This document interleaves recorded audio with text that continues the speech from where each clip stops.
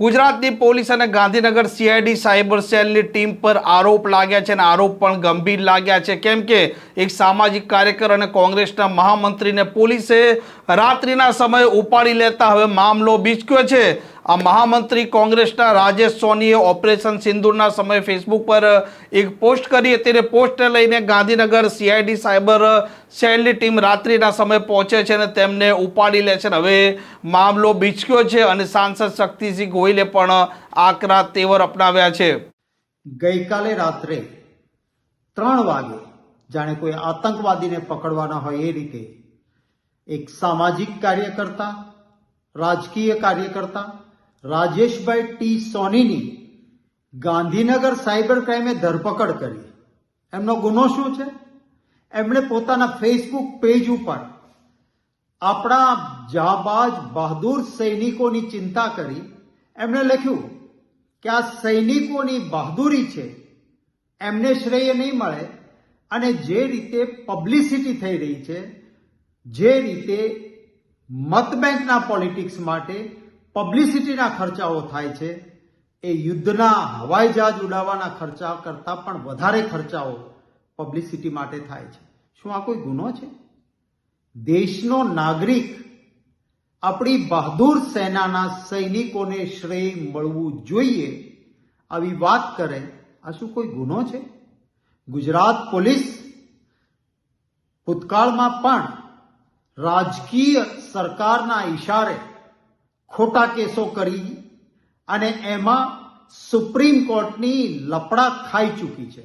Supreme કોર્ટે કડક શબ્દોમાં ટીકાઓ કરી છે, એમ છતાં હજી આ રીતના એરેસ્ટ એ કોઈ સંજોગોમાં ચાલે નહીં। હું પોતે પણ કહું છું કે દેશના જાબાજ સૈનિકોને પૂરતું શ્રેય મળવું જોઈએ અને સરકારના નાણાંનો દુરુપયોગ કરીને, દેશની પ્રજાના નાણાંના દુરુપયોગ કરીને પબ્લિસિટીના સ્ટન્ટ પાછળ ભાજપની સરકારે સરકારની તિજોરીનો નાણાંનો દુરુપયોગ ન કરવો જોઈએ। કોઈ પણ સરકારમાં બેઠેલો નેતા હોય એને શ્રેય ના લેવું જોઈએ, પરંતુ ભારતની જાબાજ સેના અને સૈનિકોને નમન છે, એમને શ્રેય આપવું જોઈએ। ચાલો હું પણ આ બોલું છું, મને પણ એરેસ્ટ કરો। એક દેશનો નાગરિક, કોંગ્રેસનો કાર્યકર્તા આ જ ભાષામાં વાત કરશે અને ભાજપની સરકારને તાકાત હોય તો પૂરે અમને જેલમાં રાખો, જેલમાં। આ લોકતંત્ર નથી।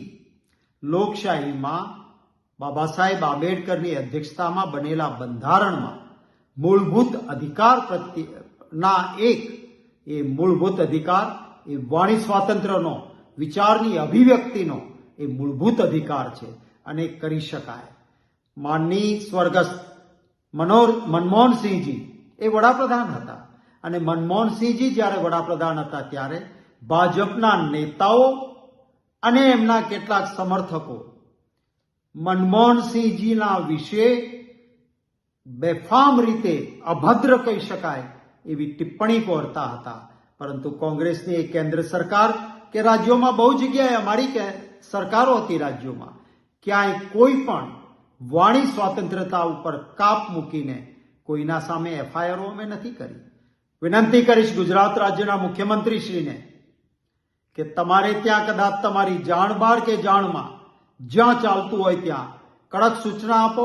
આ રાજેશભાઈ સોની એ સામાજિક પ્રતિષ્ઠિત આગેવાન છે, રાષ્ટ્ર વિરુદ્ધ એમની કોઈ ટિપ્પણી કે ટ્વીટ નથી। સૈનિકોના સમર્થનમાં અને પ્રચાર પાછળ થતા ખર્ચાઓની વિરુદ્ધમાં બોલવું એ ગુનો ન હોઈ શકે અને એ ગુનો ગણતા હો તો હું પણ બોલું છું અને એક કોંગ્રેસી કાર્યકર્તા બોલશે। એટલા માટે તાત્કાલિક રાજેશભાઈ સોનીને જામીન મળવા જોઈએ એવી માંગ કરું। આવા પ્રકારના વિડીયો તમને જોવા ગમતા હોય તો હોટલાઇન ન્યૂઝ ચેનલને લાઇક, શેર અને સબસ્ક્રાઇબ કરો।